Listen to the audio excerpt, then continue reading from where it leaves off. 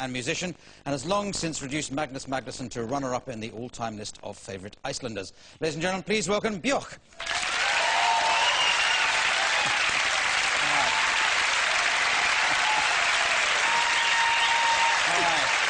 See you again. Hi.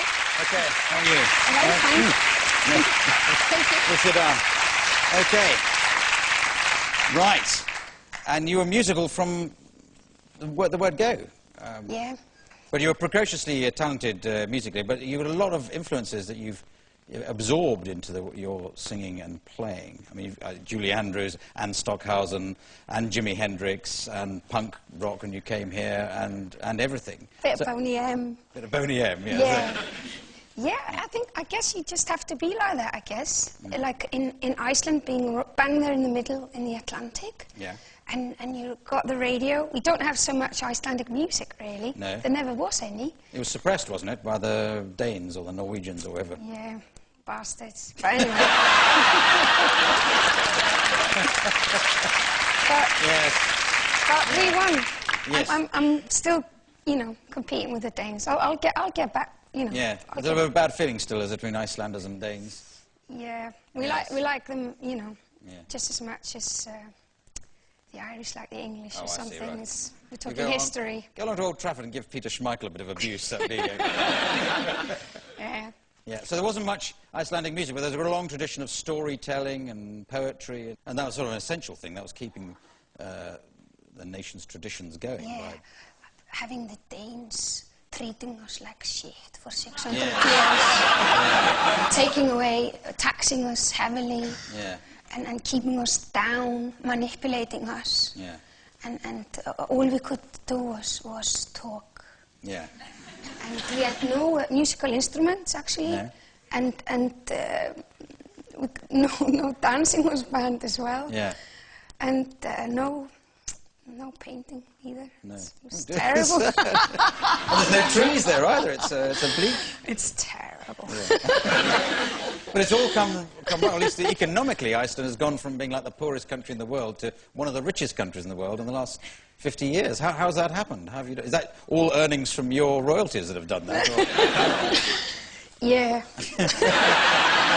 Anyway, I don't want to concentrate too much on Iceland because I've interviewed you before and I hit you with loads and loads of pointless jokes about Iceland. And I'm now trying to concentrate on your music because your career does go from strength to strength. But are you... do you almost sometimes feel you've had enough of being a big star? Do you rather just concentrate on doing the music and not... Or do you enjoy, I don't know, chat shows, making videos, big concerts? Well, I kind of, when I was a little girl, I wanted, when I grew up, to live in a lighthouse on my own and have a organ there. Yes. And play tunes at midnight and stuff. And wasn't really into humans, you know? No. And then... That sounds very lonely, just in a lighthouse. Oh, very ecstatic, because me and my tunes, we have top time, you know? Yeah. And never a dull moment there, you know? Yeah, sure. Me and the ocean and that. Yeah. But, and then, as I grew a bit older, I started to get more curious about humans, you know? Yeah. And then 5 years ago, I decided, well, I have to make a real effort. And now, otherwise I'm a coward. So I moved to London, Yes. you know. We've got a lot of humans here, haven't we? Yeah. But you've gone back to Iceland now. Yeah, I moved back to Iceland. You've had enough of us. You've had enough of... No, because it's, apart from Iceland, how much I love that, I actually surprised myself by finding out that I actually probably love London equally now. Yeah. And some of, yeah, I've got really, really good friends here. So is that what you miss about London, the people on the music scene and your friends? Or I is there probably miss dodgy record stores in cellars with, you know, smelly ones that you spend hours in, and Yeah. you always find, you always get a treat there, don't you? Well, you might, but I've waited there a long time, got nothing at all. But you've got a record out, you've got a single out with, and your videos that go with your records are always a treat. Shall we just look at a video of your latest record, which is taken from your album? It's called Alarm Call. Okay. This is an alarm call, so wake up now. Today has never happened, and it doesn't frighten me. And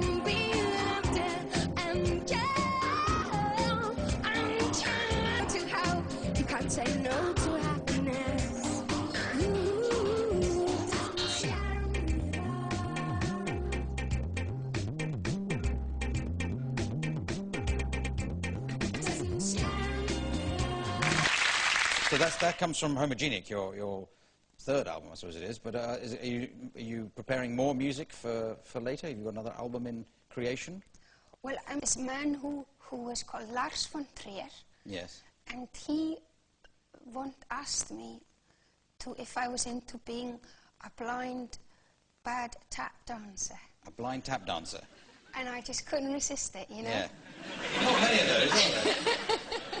Fred Astaire and Ginger, the Labrador. Now,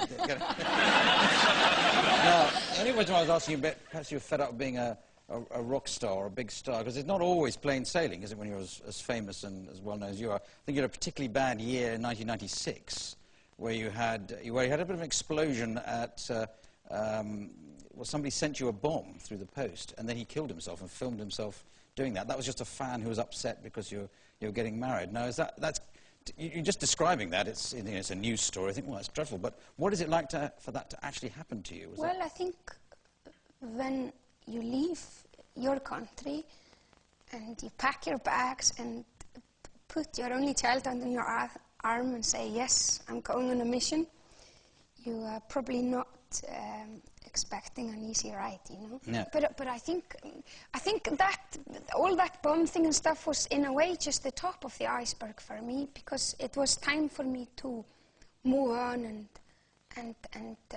confront a new challenge. Well, you went off to Spain then, leaving London then for Spain, but the bomb had come from America, so that could have been sent to you in Spain as well, couldn't it? Or Iceland, come for that. They got very good post service there. Yes.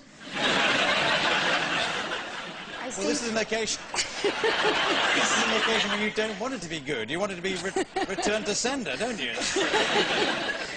Oh, do you know? You can only think so much about bombs being sent to you in the post. You know what I mean? Yeah. Yeah. And you have to just put it move behind on. you. Yeah. Yeah. And then you had another unfortunate incident, perhaps a different sort of level of thing, when you perhaps lost your temper at Bangkok airport when there was a reporter came and stuck a microphone on you and you gave her a good seeing to. Now, I think she only said welcome to Bangkok, which can be annoying if